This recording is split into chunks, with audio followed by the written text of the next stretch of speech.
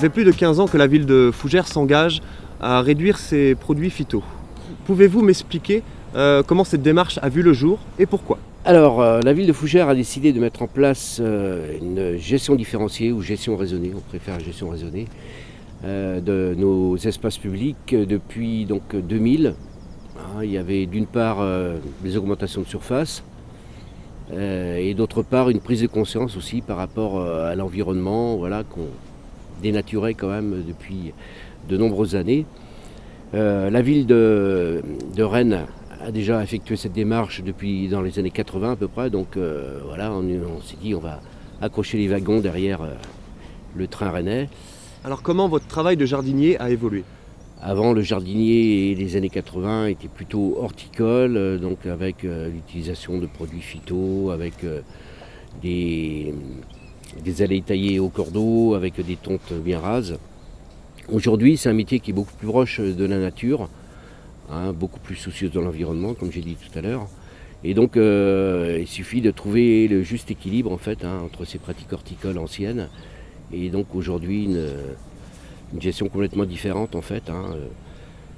Donc c'est pareil, c'est une remise en question du métier de jardinier. Ça n'a pas été facile non plus pour tout le monde, pour toutes les équipes.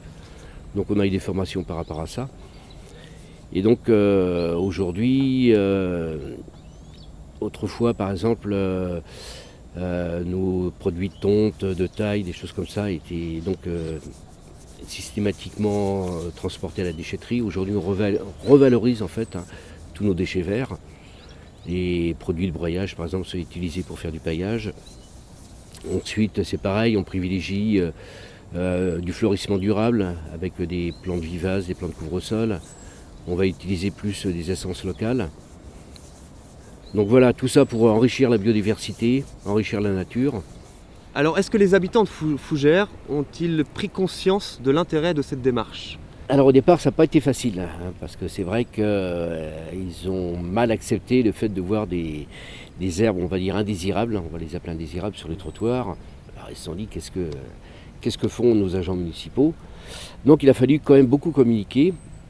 Alors évidemment, avec l'appui des élus, parce que les élus nous ont beaucoup aidés aussi dans cette démarche-là, ils ont toujours été derrière nous. Donc on a fait beaucoup de communication, donc par le biais des journaux locaux, le journal interne aussi, des panneaux de communication. Et donc il y a eu quelques balbutiements. C'est vrai que les premières années n'ont pas toujours été faciles. Beaucoup de courriers, des réflexions de la part des habitants. Et petit à petit, progressivement, voilà, ils ont pris l'habitude aussi de voir des herbes indésirables sur les trottoirs. On a trouvé aussi, ce que je disais tout à l'heure, des techniques alternatives, notamment les balayeuses qui sont équipées en fait de balais mécaniques qui vont donc racler les trottoirs. C'est pareil dans les nouveaux aménagements, on essaye aussi de faire en sorte que voilà, il n'y ait pas trop de possibilités en fait d'herbes indésirables à pousser. Enfin voilà, il y a tout un travail aussi à faire en amont, on va dire. Et puis on s'est dit aussi de faire participer un petit peu aussi les habitants, pourquoi pas aussi les mettre à contribution, de faire du fleurissement par exemple sur les trottoirs. On a commencé nous, collectivité, à faire ça sur les espaces publics, et puis après on s'est dit, donc par le biais des conseils du quartier, on a incité les gens en fait à fleurir devant chez eux. Donc on leur prépare en fait une petite plate-bande sur les trottoirs. On leur fournit des graines de fleurs champêtres. Et donc on a fait quelques essais, là. Il y a une dizaine de personnes qui ont répondu pour l'instant. Et finalement le résultat est vraiment plutôt sympathique. Et donc on espère petit à petit que les gens vont se mettre à fleurir devant chez eux, les trottoirs. Ce qui permet aussi d'accepter aussi toute la flore locale. Pourquoi vous avez cette démarche pour éviter les produits phytosanitaires ? Et depuis quand ? Et comment ça a vu le jour ici dans votre petite commune ? La commune de Saint-Georges de Raintambault est engagée dans une démarche zéro phyto depuis 2008, donc sous le précédent mandat, le mandat de M. Bureau. Et alors je dis engagée dans une démarche parce que même si c'est décidé, ça ne se fait pas juste comme ça. Donc il a fallu mettre en place un certain nombre d'actions. Et la première démarche a été de ne plus inscrire de crédit au budget pour acheter des produits phytosanitaires. Pensez-vous que c'est plus facile de mettre en œuvre ces principes sur une petite commune comme la vôtre, ou moyenne commune, ou alors sur une grande ville? Pensez-vous?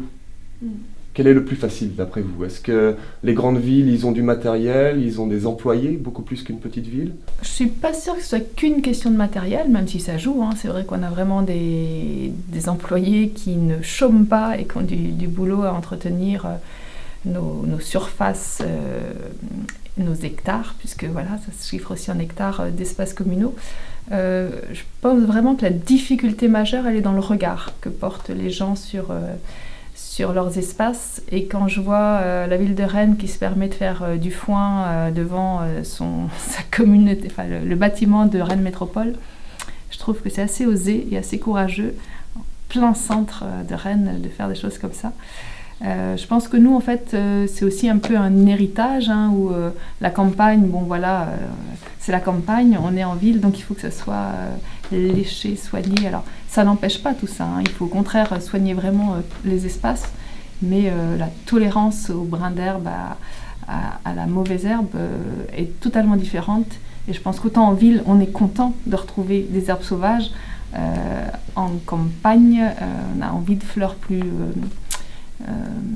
cultivées. On a mis en place de cette année un plan de gestion différencié, c'est-à-dire qu'on intervient de façon différente sur les différents espaces. Et c'est vrai que l'espace centre-bourg pur, devant la mairie, on souhaite qu'il soit bien, un espace, totalement entretenu, bien régulièrement nettoyé, etc. Quand des espaces un petit peu plus éloignés, on laisse plus les herbes sauvages gagner.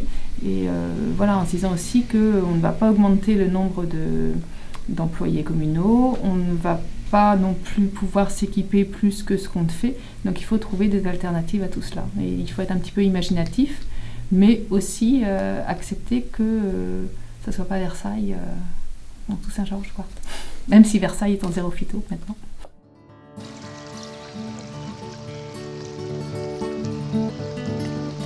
L'eau, élément essentiel pour toute forme de vie, est soumise elle aussi aux utilisations de pesticides. Sa qualité est au centre des préoccupations des collectivités. Joseph Boivant, président de la commission de l'eau, va évoquer pour nous ce sujet. J'ai une question, est-ce qu'on retrouve des pesticides dans les rivières du bassin versant du Couesnon? Oui, je crains que oui, malheureusement, mais ça c'est vrai qu'aujourd'hui, depuis une quinzaine d'années, on a fait une recherche assez poussée de tous les éléments qu'on pouvait retrouver dans l'eau, et on retrouve effectivement des pesticides plutôt à des moments où on en applique davantage. Les pesticides ont plusieurs origines, les agriculteurs bien sûr, il y a les collectivités, il y a les particuliers, et donc on est tous responsables devant cette présence dans nos cours d'eau.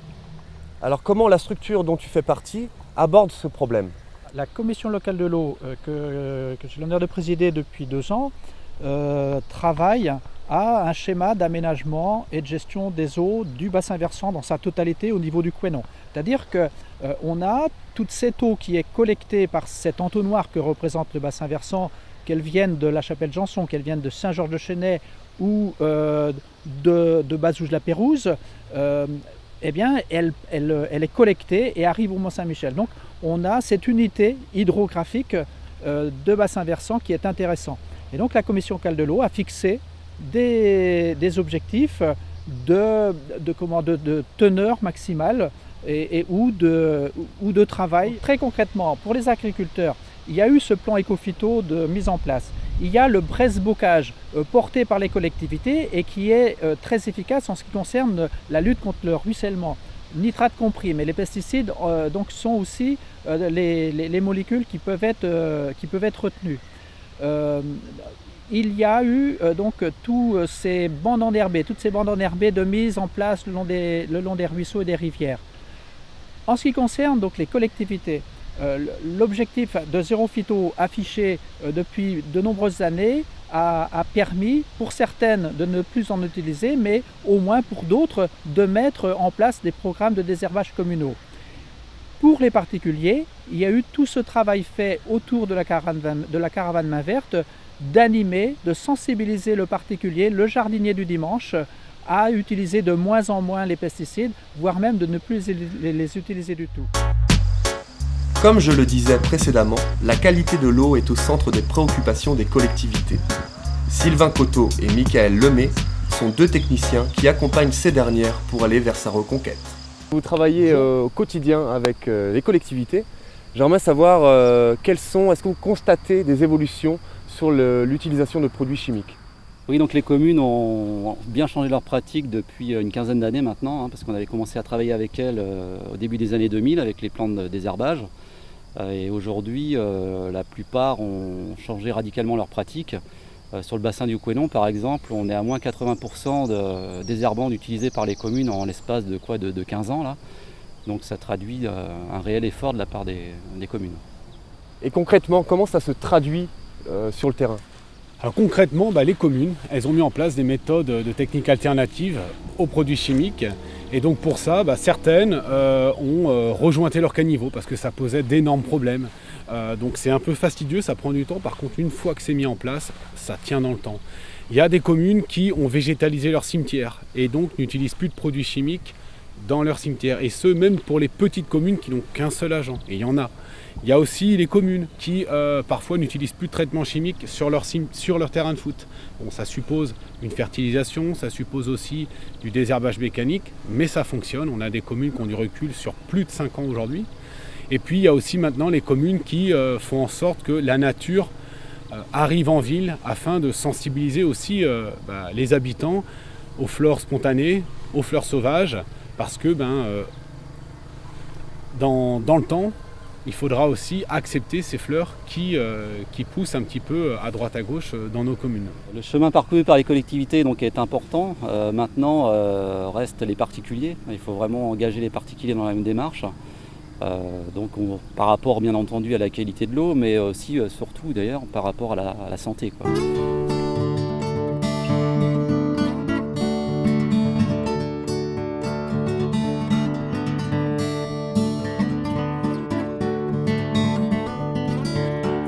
Une qualité de vie sans pesticides n'est pas à démontrer et représente le plus grand luxe qu'il soit.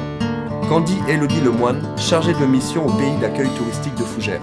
Alors je voudrais savoir, est-ce que c'est un enjeu touristique pour le pays de Fougères de ne pas utiliser de produits phytosanitaires? Devant la montée des préoccupations environnementales aujourd'hui, le tourisme n'échappe pas à ces enjeux. Il est important que les professionnels, les destinations saisissent ce nouveau défi. Et donc puissent monter des projets dans ce sens. Et on le sait aujourd'hui, on a les touristes, les vacanciers sont en quête de bien-être, de repos, profiter de vacances dans des sites préservés, sont à la recherche de l'art de vivre, de la nature. C'est vraiment ça que les gens attendent. Et donc concrètement, quels sont les exemples de démarches que vous avez mis en place ici sur le pays de Fougères? Le pays touristique s'est emparé de ces enjeux-là et souhaite accompagner les professionnels dans ces nouveaux défis. Et donc depuis 2011, on accompagne les professionnels sur cette thématique. Et notamment, nous avons mis en place une opération intitulée « Les professionnels à l'école du développement durable ». Donc nous avons, avec l'appui du réseau éducation environnement du pays de Fougères, mis en place des formations concrètes, des journées d'échange pour tous nos professionnels, notamment sur le jardinage au naturel, sur comment entretenir un espace vert. Tout ça pour effectivement contribuer à un meilleur cadre de vie pour les touristes qui viennent nous rencontrer. On a travaillé sur le tri des déchets, sur les achats responsables, sur les labels les écolabels environnementaux qui sont liés au tourisme. Et tout ça nous a permis d'aller plus loin, parce qu'au-delà de la sensibilisation, c'est qu'aussi les professionnels s'engagent. Et on a plusieurs professionnels sur le territoire qui sont allés au-delà en s'engageant dans des démarches de qualification. Une petite dizaine de propriétaires qui font aujourd'hui partie d'un club qui s'appelle Voyager responsable en Bretagne.